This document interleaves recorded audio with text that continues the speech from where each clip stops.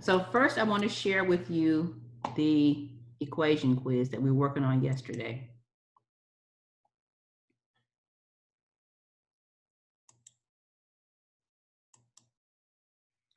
Okay, so yesterday we were able to cover several of these equations, and I asked you to go ahead and complete the equation quiz up to number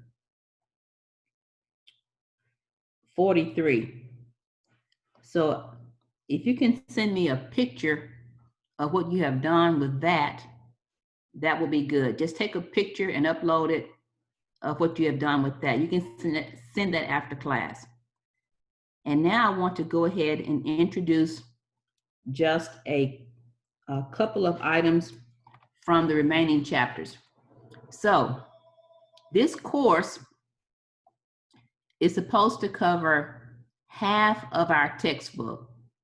So now that I have laid a foundation for you in chapters 1 through 5, basically, I'm going to now pull some of the important concepts from the remaining chapters.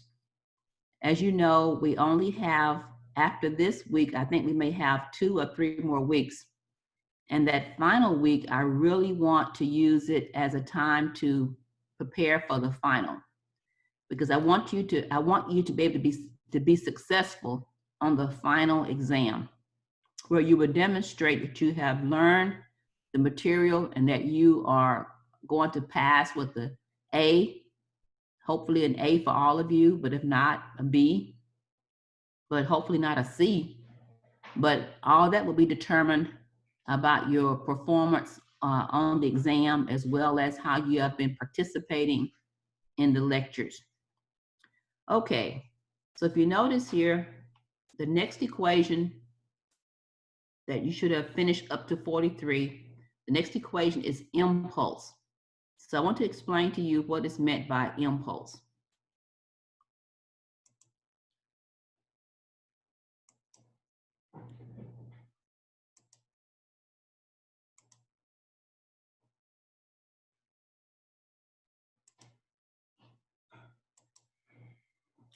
So we're on chapter 7, entitled Impulse and Momentum. So there are many situations when the force on an object is not constant. So this graph shows you that the force has a peak. It intensifies to a peak and then it levels off.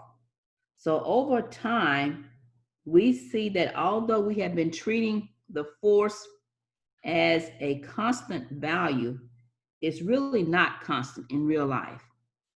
So therefore, we need to understand what happens at the moment that the force is in packed with the object over a short period of time.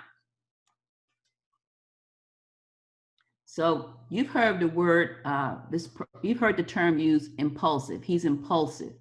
That means he acts suddenly without much thought maybe, or just in a moment, he gives a response.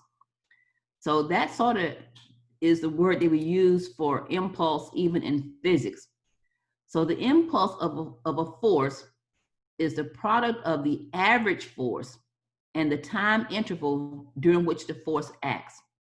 So you see we have the force as a vector. This arrow means it's a vector, but this line here means that it is the average force. And delta T just means the time over which that force acts. Now, because force is a vector, this symbol J, which stands for impulse, is also a vector. Now, before you dismiss this, remember, this is very important, that vector quantity has both magnitude and direction. So whenever we're going to be discussing the impulse, we have to keep in mind both the magnitude and the direction of the force. Now we have another unit called the Newton second. So when I multiply force times time, and of course, force is in newtons and time is in seconds, now I have a new quantity called the Newton second. Now, what is linear momentum? The linear momentum of an object is the product of the object's mass times its velocity. So look at this. Now we have another quantity, lowercase p, which is mass times velocity. And of course, velocity being a vector means that momentum is also a vector. Now, linear momentum is a vector quantity and has the same direction as the velocity. The units then would be kilogram meter per second. And this does not have a new name. It's just called a kilogram meter per second. So let me go back now into the equation quiz and we write these down before we move on.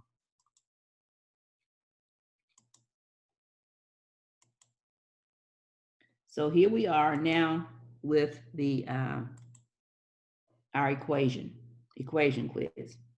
So we said that impulse, and for impulse, we use the symbol uppercase J. This arrow means it's a vector and is equal to force, which is a vector, times delta T. Now, because we start T with 0, in other words, because remember we said that delta T means T final minus T initial. For most of our problems, T initial itself is 0. So when it's 0, it's just not even a factor in the equation. So delta T is just T final, and T final is simply just the time that the object is in contact, the force, the average time, the average force is in contact for that limited time. So for most part then, what I'm saying is we will write it as J equals F times T. And we said that F is in newtons, T is in seconds. So the unit then is the Newton second. Okay, and may put a dot there. Then we said the momentum, which is lowercase p, also a vector, is mass times velocity, which is a vector. And of course, this is kilogram meter per second. Again, because we understand it to be a vector, we won't always write the vector notation the same way we didn't write the vector notation for force all the time, but we understand that it is a vector. So now, let's go and understand what is the impulse momentum theorem. Before I do that though, let's go back up to number 38, when we had the work energy theorem. And we said that the work was equal to the change in kinetic energy. And if it was total work, it was the change in kinetic energy plus potential energy. But for the most part, we wrote it like this. So we have a very similar theorem for the impulse momentum. And that's what I'm going to point out in this chapter.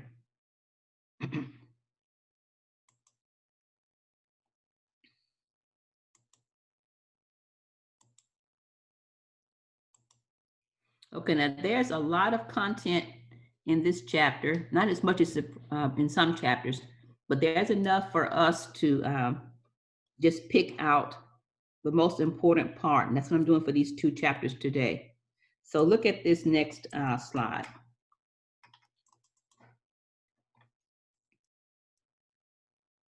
Okay. When a net force acts on an object, the impulse of this force is equal to the change in the momentum of the object. So we say that the impulse, which is F times T, is equal to the change in the momentum. In other words, final momentum minus initial momentum.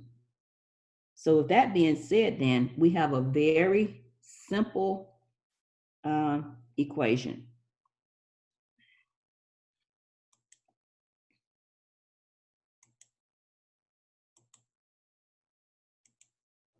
So we say then that we've already said that the impulse J, let me get my pencil. The impulse J, we said, is F force times time, and that is Newton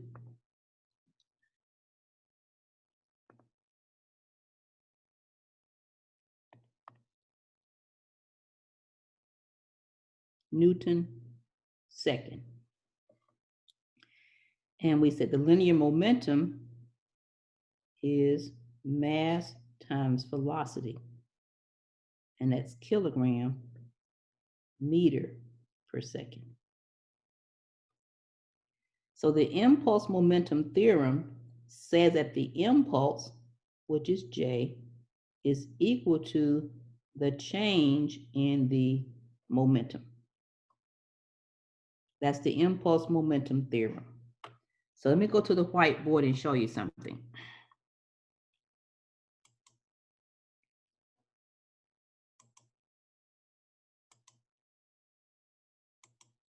Okay, so the impulse momentum theorem says that the impulse is equal to the change in momentum. And of course, we know that these are vectors, so we have to pay close attention to the direction when we solve the problem. So now we know that F times T is equal to change in momentum, which means momentum final minus momentum initial. These are P's, okay? So that means then that F,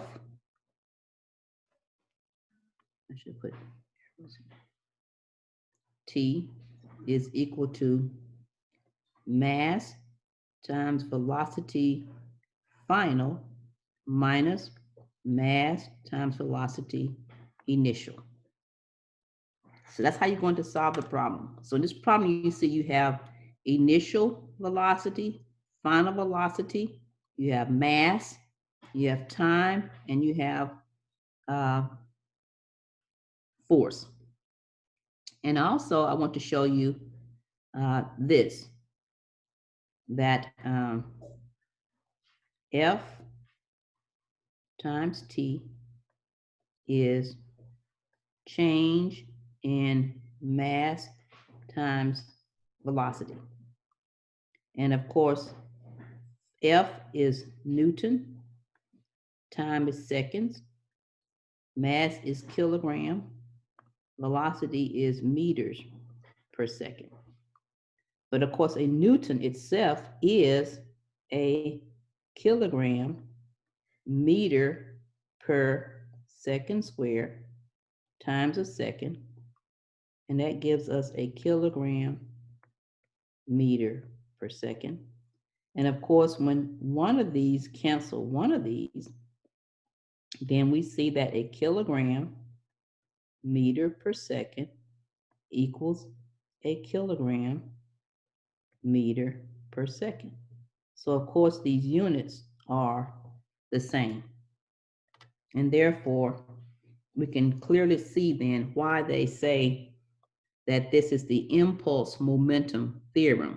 In other words, the impulse is equal to the change in the momentum, and these are actually the same units.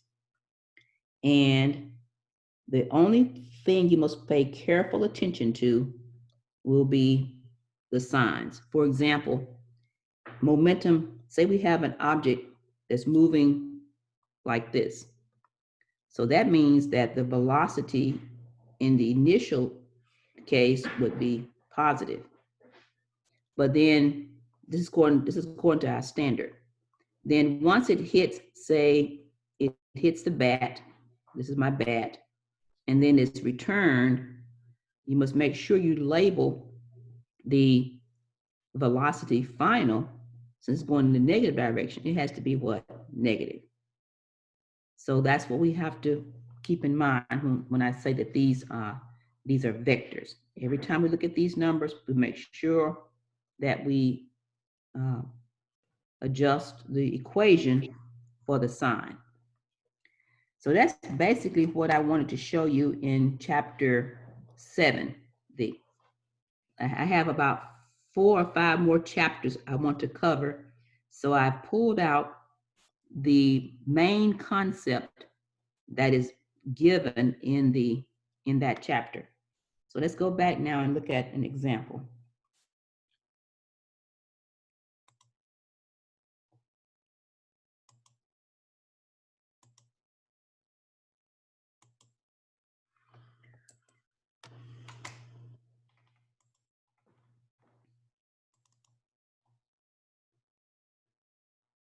Okay, so here we have a problem. Neglecting the weight of the raindrops, the net force on a raindrop is simply the force on the raindrop due to the roof. So the raindrop is falling, and of course it has initial velocity. Then it's sitting here. The final velocity is just rest in place. So when we plug in our numbers, then we see that the force delta T is equal to the change in the momentum. Now we have rearranged this equation. You see, we were multiplying by delta T here, and we divide by delta T here because that was what was given in the problem. If you have the author, okay, let me start from the beginning. I didn't know I missed this page. Hold on.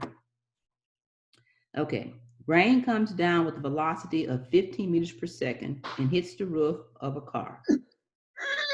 The mass of rain per second that strikes the roof of the car. So they gave us this quantity in the units of mass per second, kilograms per second. Assuming that the rain comes to rest upon striking the car, find the average force exerted by the rain on the roof. So of course we begin with our impulse momentum theorem. And it told us that it comes to rest. That's why my final speed is 0. And also they gave us this quantity, kilograms per second. So therefore, to solve the problem, I needed to be able to put in kilograms per second. And that's why he divided delta T here, because that per second is right here. So now I'm able to put in my values, and I put in the kilograms per second, and I'm putting in negative 15 meters per second because according to our convention, anything that's pointing downward, we see is what? Is negative. So therefore, negative times negative, I get my force, which is a positive number. So that's why I was saying, make sure you identify the direction, because these are vectors. Okay. Instead of rain, suppose hail is falling. Unlike rain, hail usually bounces off the roof of the car. So you notice in this case, in this example, we have to identify both the magnitude, and you notice here in this picture that the downward speed, initial speed, this vector tells us that it is going to be greater than the speed it has when it goes back up. So it says, if hail fell instead of rain, would the force be smaller than, equal to, or greater than the calculated? So all you got to do is look at this, what we did here. You see, this mass times the speed here, and we removed it to say mass divided by time. In this case, this amount is not being subtracted. So once we take away a part of this value right here would be subtracting something, which means that then my force would have to be smaller because this amount would be coming out of this value here. So you can set just by looking at this example, when we fill it in, if there's a speed final that we took it away completely, but now it's going to exist. It's going to change this value. Okay, so now you can notice then, one thing I want to say, the principle of conservation of linear momentum. And that means that in theory, of course, it shows up in reality as well. Momentum is conserved. So one thing I want to point out here is that the momentum before equals the momentum after. And that's one of the things I forgot to put on the sheet. So just remember that. So that means then that we can have, let me see if I can find it here. We have the principle of conservation of linear momentum. And this is simply telling us that all the momentum that we have finally is equal to all the momentum we had initially. And it's very similar to the conservation of energy. So we're going to solve problems, and I'll have this as our lecture for Thursday and Friday. We're going to solve problems with using conservation of linear momentum. So let me go back. I don't think I shared that. Hold on. I don't think I put that on there.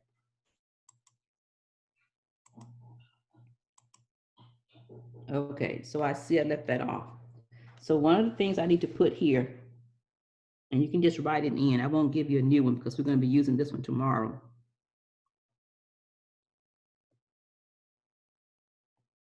Okay, I didn't mean to leave that one off. So right here, I'm going to call it 46B.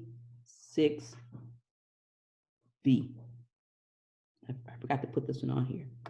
And it is conservation of linear momentum. And it simply means that all the momentum that I have before, and when I say before, I mean, and the reason why I choose before is I'm going to show you in the problem. I choose before because it's easier to understand it in a practical manner. All the momentum after. And when I say before and after, I'm speaking of after a collision or interaction. I'll give you an example. Say, for example, you have, you're playing pool, and you know how you have all the pool balls, they're in the triangle. And so initially before, there's no momentum because there's no velocity. The object is at rest. But as soon as you hit that, and these balls go moving in so many directions, they're moving like that, so many directions, then all this momentum came from the fact that these balls began to move. So this is before and this is after. But the conservation of linear momentum says that all the momentum that I have here must equal to the momentum that was here, which means then that all of these have to add up to zero because initially it was zero.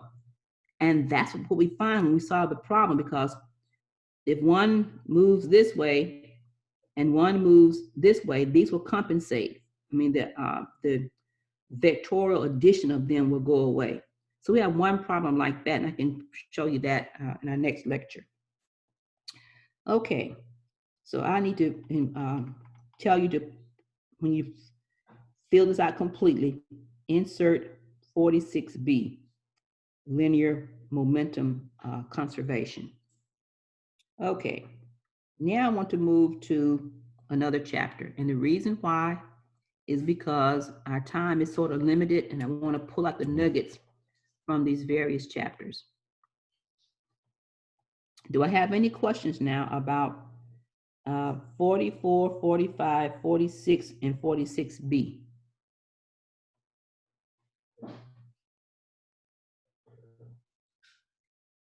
Okay. You said the P stands for momentum, right?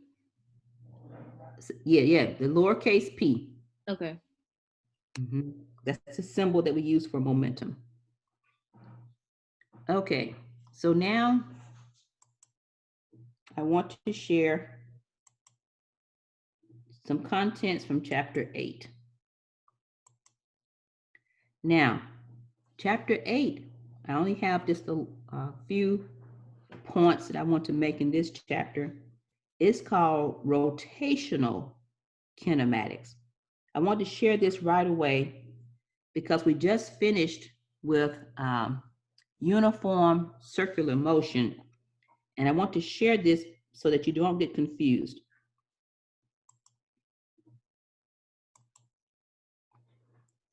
Okay. In the simplest kind of rotation, points on a rigid object move on circular paths around an axis of rotation. So here we have an example of a skater, and the axis of rotation goes down the center of the skater. That's the object is rotating about that axis. Or here we have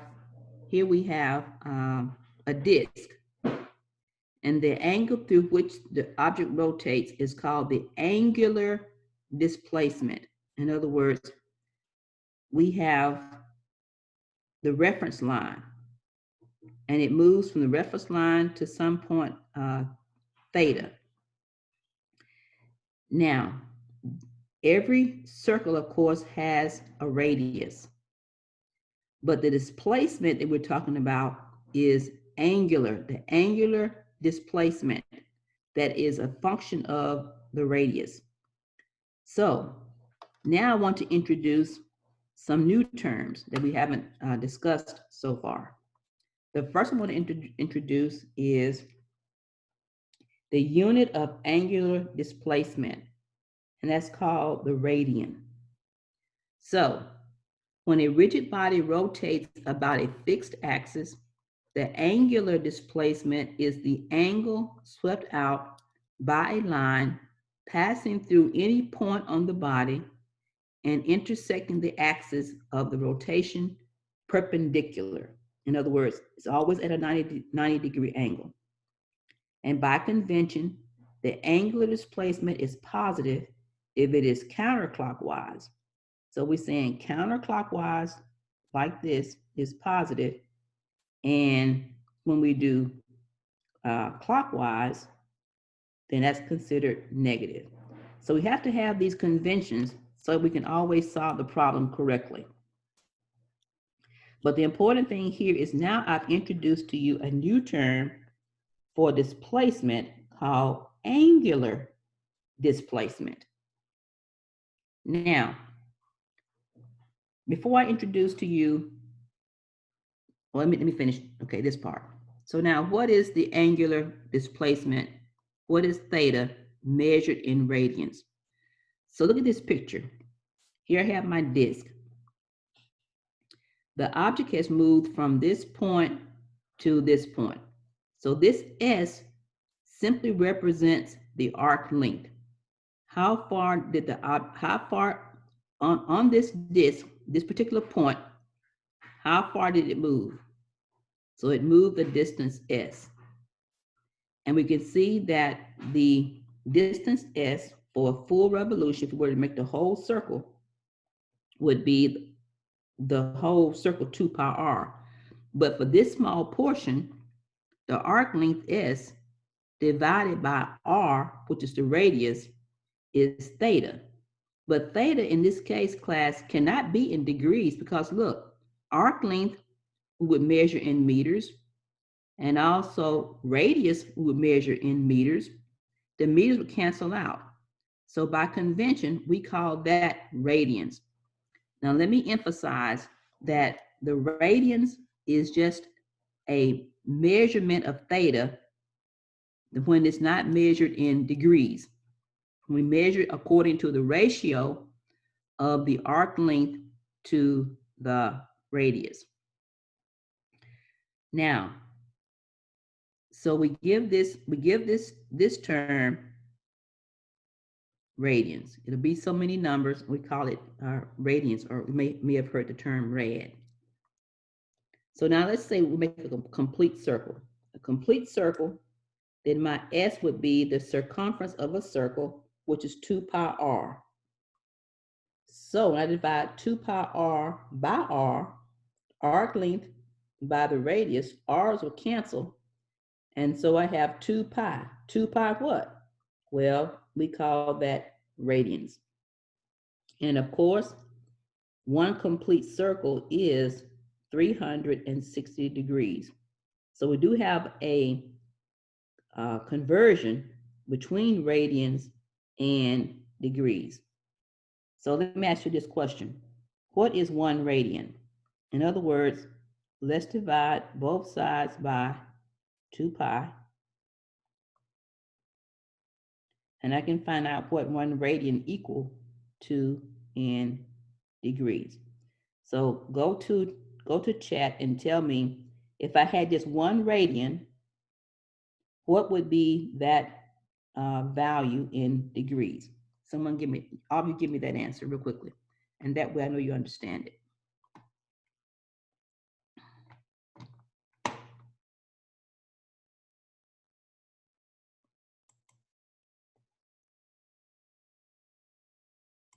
Okay, I want you to use the actual numbers, 2 pi. Nigel, I want you to use the actual numbers, the actual value for 2, the actual value for pi.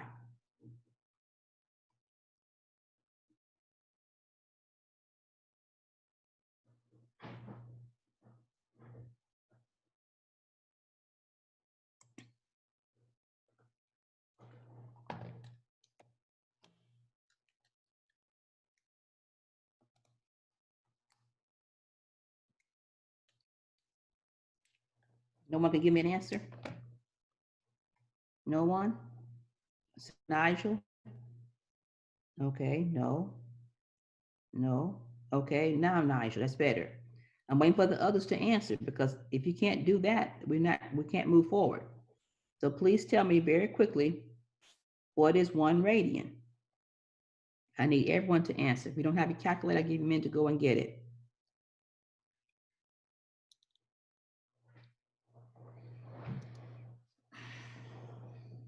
What is 1 radian? 1 radian measure. Only Nigel has given me the answer. Okay, let me go back and tell you what I'm asking you to do.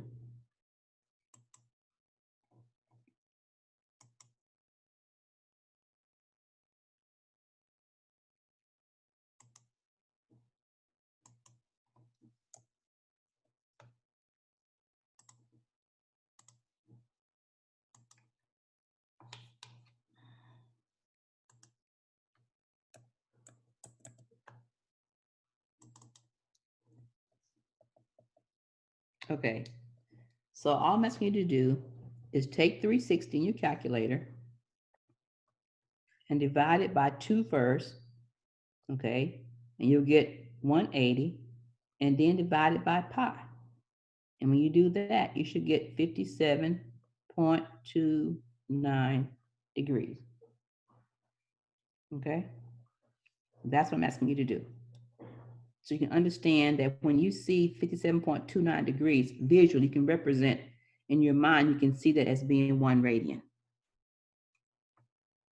Okay, before I go on, let's go back and share the equation quiz. You can have this written down before we go further. Okay?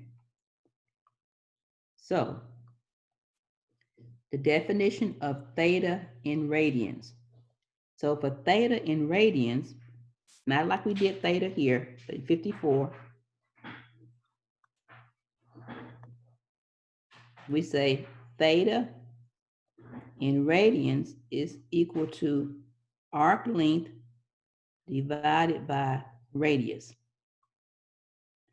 The number of radians that correspond to 360 degrees or 1 revolution is 2 pi radians. The number of degrees in 1 radian we just saw is 57.3 degrees. So we have to establish this before I can move on, that you understand what is meant by the definition of theta in radians, the number of radians that correspond to 1 complete revolution, because the author is going to be using the term revolution. So revolution means if I have a circle, I start here and I make 1 complete revolution of radius r.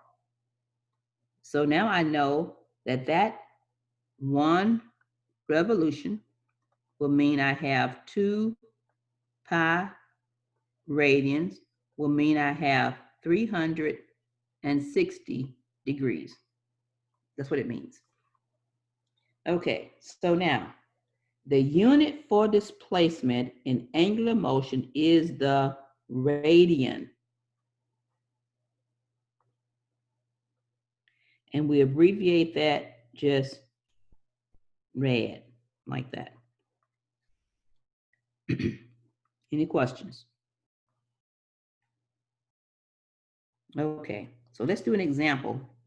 Maybe it will bring it home to you.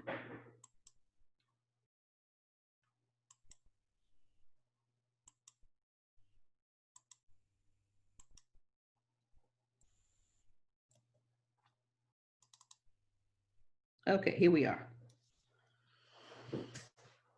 Okay, synchronous satellites are put into an orbit whose radius is given. If the angular separation of the 2 satellites is 2 degrees, find the arc length that separates them. So now we know that the arc length, the equation has the arc length, says that theta is equal to S divided by R. Okay? So if I want to solve for S, then the arc length is equal to R times theta. But we can't put in theta in degrees because we said that in this chapter, theta has to be measured in radians. So to find the arc length that separates them, I need to know what theta is in radians. So I'm given 2 degrees. So that means I got to convert these 2 degrees into radians. So what I'm going to do? Well, I'm going to say I'm given 2 degrees. But what do I know? I know that 360 degrees is equal to 2 pi radians. And therefore my degrees will cancel out. So I'm trying to show you now that the unit for degrees is this little symbol and they're canceling out. So therefore I can get my answer for theta now in radians and not in degrees. So let's multiply these together and we'll get 4 pi. In other words, on top we have 2 times 2, and that's 4 pi divide 360. And now I have it in radians. Okay, so what is my theta in radians? What's this theta in radians? Okay, let's see if I can give me that answer very quickly.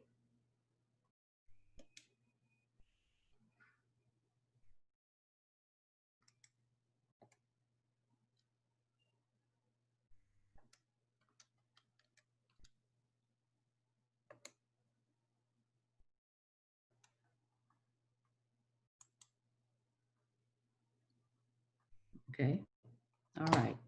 So let's go down to our next page. Okay, very good. So we convert the degrees into radians. And once we get our number in radians, then we are able to multiply and get our answer. Now this arc length S here is in meters. So I want to use this example to show you now what's going on. You see, we mentioned earlier, and it's hard to explain it other than just to tell you that this radians is just like a placeholder. In other words, as you can see here, this is not going to be a real unit. But in order to solve the problems, we just said the arc length, that means the theta, has to be in radians. So look at what we just said here. Let me go back. The SI unit of angular displacement is the radian. But when we solve the problem here, the answer came out in meters. In other words, there isn't any meter radian because we're looking for length. And this length, of course, is just so many meters. And to further explain to you that that's just the length, the author actually converted that into miles. In other words, he took this number times this number. We got 1.48 times 10 to the 6 meters. And then he said, okay. He said, okay, I don't want meters, I want miles. And we know that what? 1.609 kilo, we're going to say times 10 to the third meters is 1 mile. And that's where this number came from. Okay, so to make sure you understand that this theta must be in radians. However, when we are given the answer for the arc length, the answer is in meters, not in meter radians. Okay, now that takes me to angular velocity. So earlier when we described velocity in our notes, we said that velocity was displacement over time. This was linear. So now we have a new equation where it's not velocity, but it's angular velocity. And in fact, it's average angular velocity. So it is angular displacement over time. So angular displacement, then we use what? Theta. And theta must be in radians. So therefore, the SI unit of angular velocity is radians per second. So the unit right here, theta is measured in radians and time is measured in seconds. Then we talked about angular acceleration. Let me find that. Okay. Before I do that, remember what we said about linear acceleration. We said that acceleration is change in speed over time. So now, and this symbol is called alpha. So A for linear, alpha for angular. And this is also change in angular speed over time. So then we have radians per second. And therefore we have radians per second squared. Now, you will be able to solve the homework in this chapter if we just now go back and review something that I asked you to go over, went over it again on Monday. So let me show you what I mean.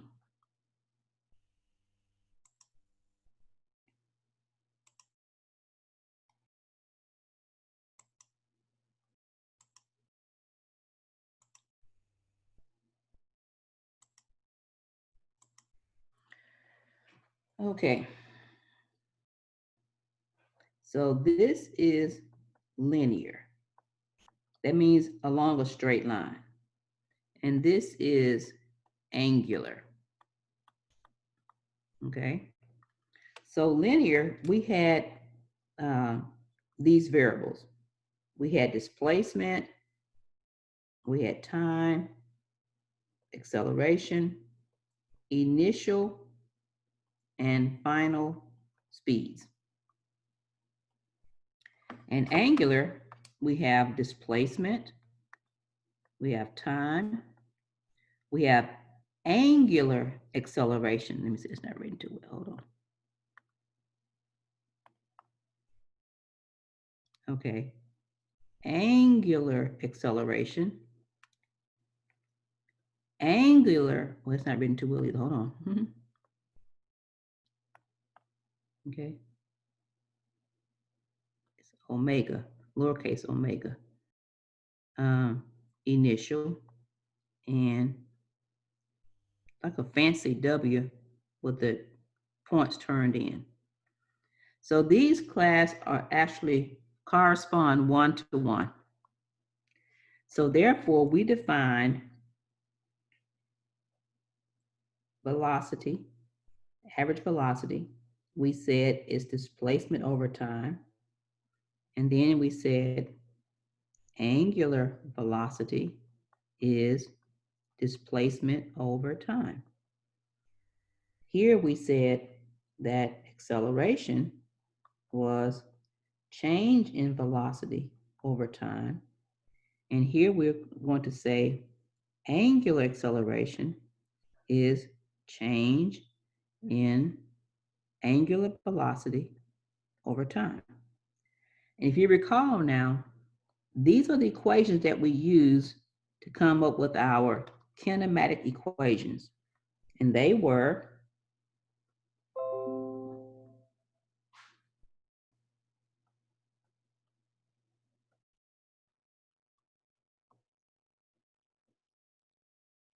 so what I'm going to show you now is that these very same equations have a one-to-one correlation in angular. So that means that this equation I'm going to write as displacement is 1/2 initial angular speed plus final angular speed times time. And we can do all of the others exactly the same way. So we had one that says V final is V initial plus AT. So over here, we're going to say angular velocity final is angular velocity initial plus alpha t.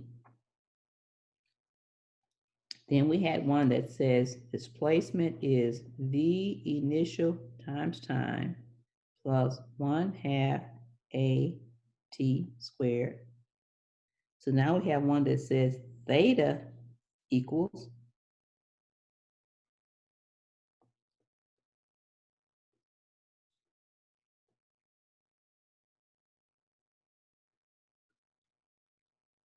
okay. So you see how these, all we're doing is replacing the variable that we use, that we once used in linear motion with the ones for the variables for angular motion. And then the same thing in equation 3. And finally in equation 4. So we're going to say square Let me erase that. Hold on.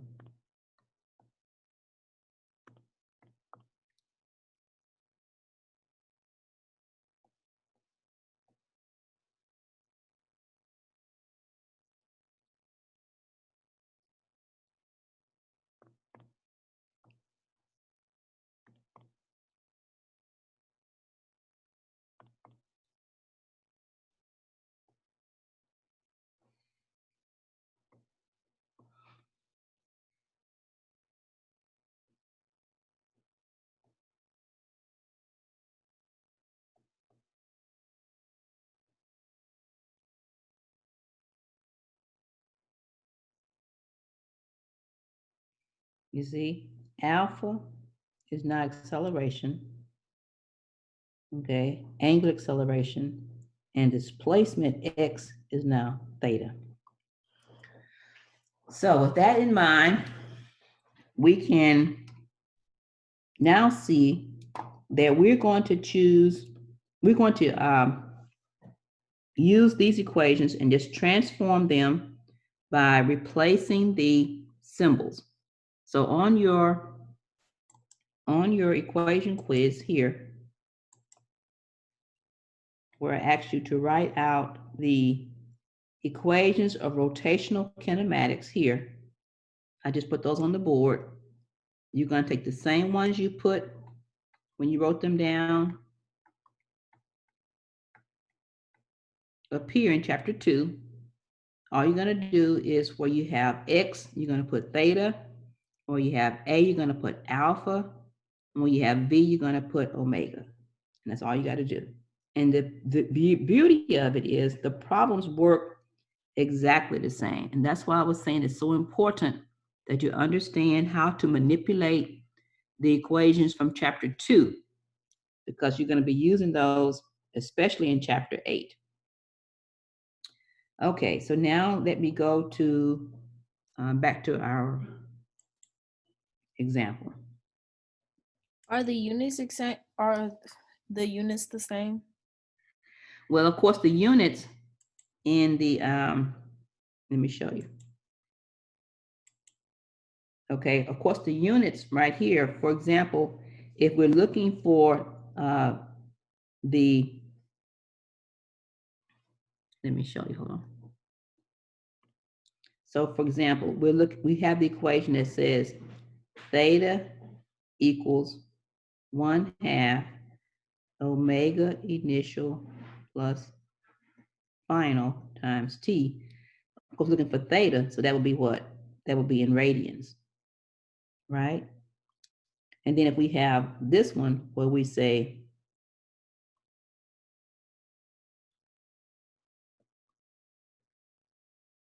we have what? Radians per second, right? Oh, this is supposed to be what? Alpha t, okay? Like that. And of course, we know for acceleration, the units are radians per second squared, okay? Now, let's do a problem, and that will help us out so much.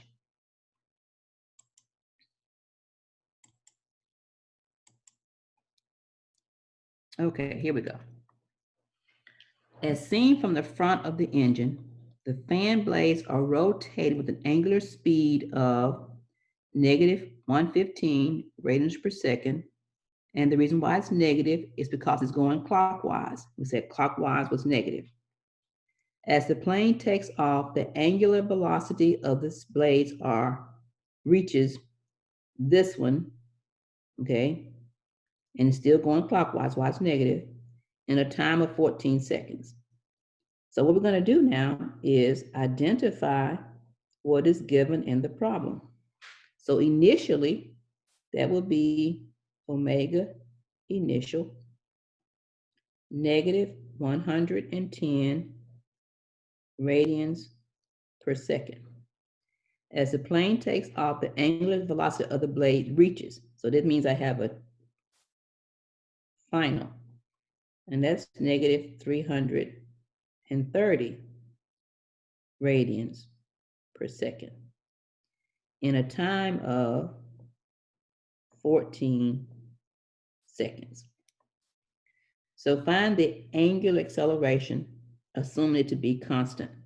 So we already know that we define acceleration as change in angular speed over time. We already know that. Or we can use one of our equations and isolate A, but this is what we already know.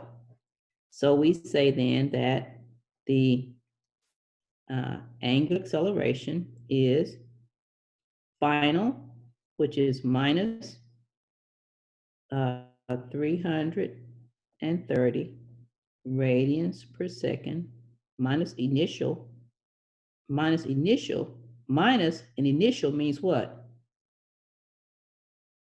I'm sorry, minus a negative means what? Means a positive, right? In other words, I subtract a negative number, I'm gonna get a positive number. So that's why it becomes a positive number. Minus a negative is a positive.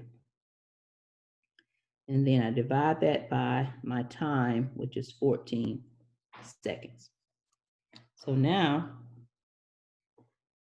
I have 330 minus 110, that's negative 220 divided by 14, and my units are radians per second, so that's radians per second squared, that's my unit.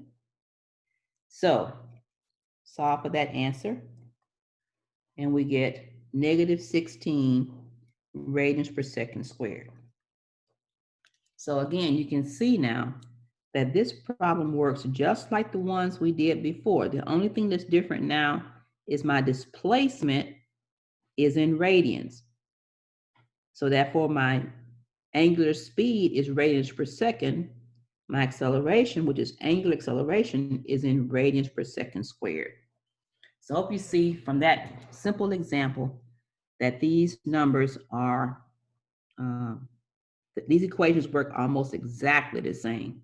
We have 2 more points to cover. I'll cover that tomorrow for tangential. But for right now, I want you to get a good handle on these. So if you notice then that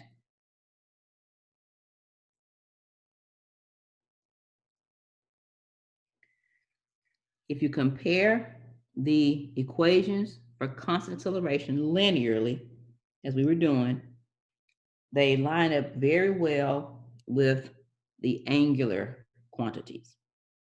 You see that, okay? And in each case, time is time. Time is our scalar, so time is time. Whether I'm looking at angular motion or linear motion, time is time.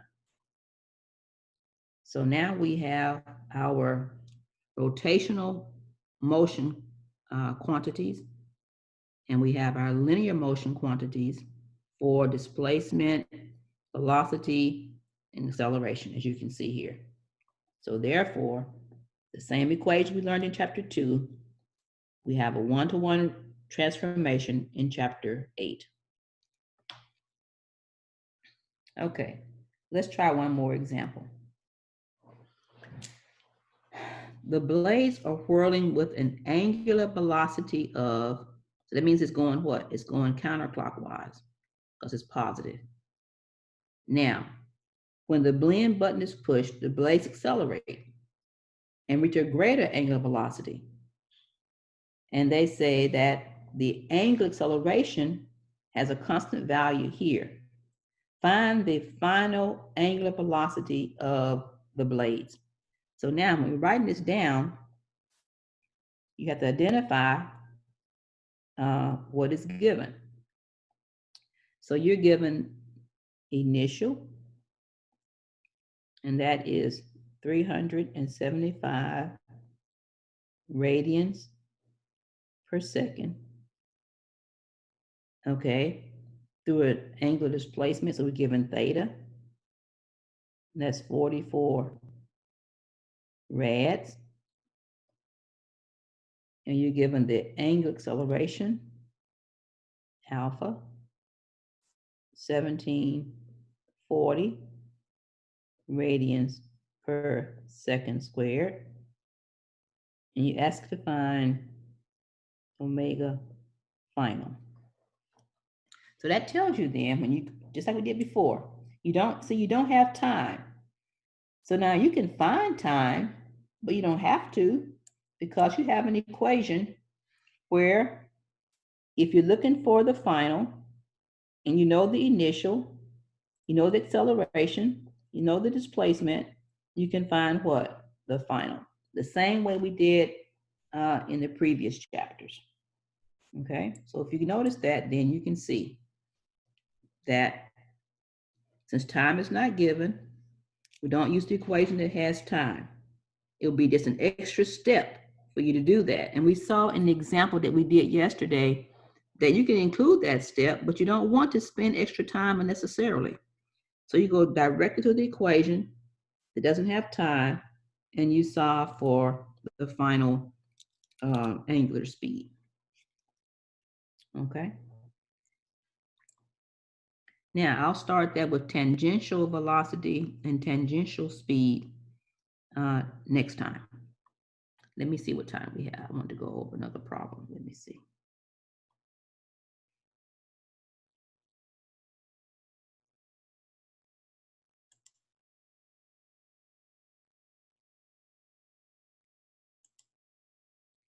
Okay.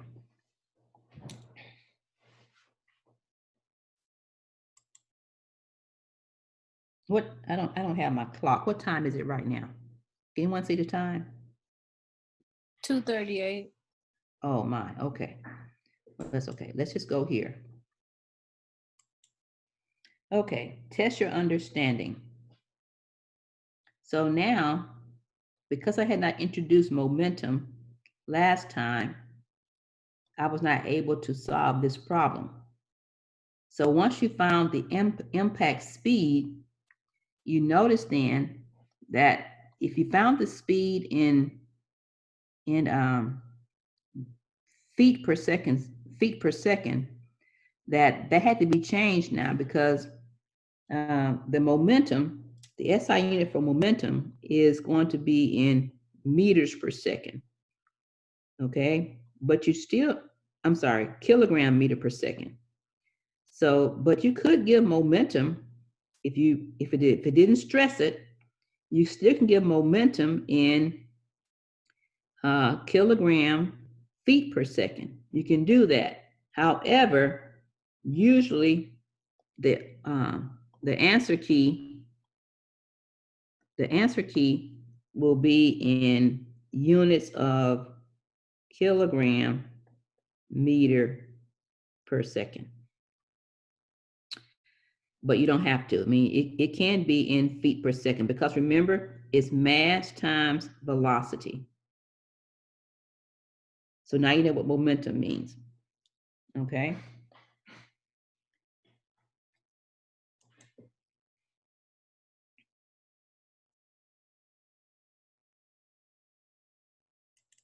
Trying to go down to this problem here. Okay.